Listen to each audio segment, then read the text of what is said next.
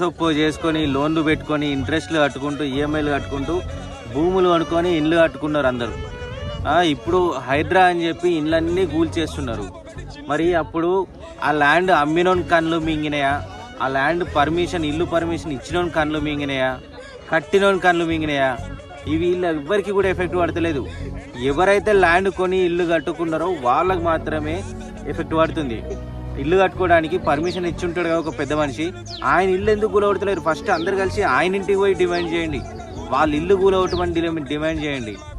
ఇప్పుడు ఉన్నోడికి ఏం ఒరుగుతలేదు, లేనోడికే చాలా ఎఫెక్ట్ పడుతుంది. ఇప్పుడున్న భూమి రేట్లలో ఒకప్పుడు ఇండ్లు వచ్చేటి, కట్టి ఇచ్చిన ఇండ్లు వచ్చేటి, ఇప్పుడు ల్యాండ్ కొనుక్కోవడానికే ఘోరమైన ఖర్చు వస్తుంది.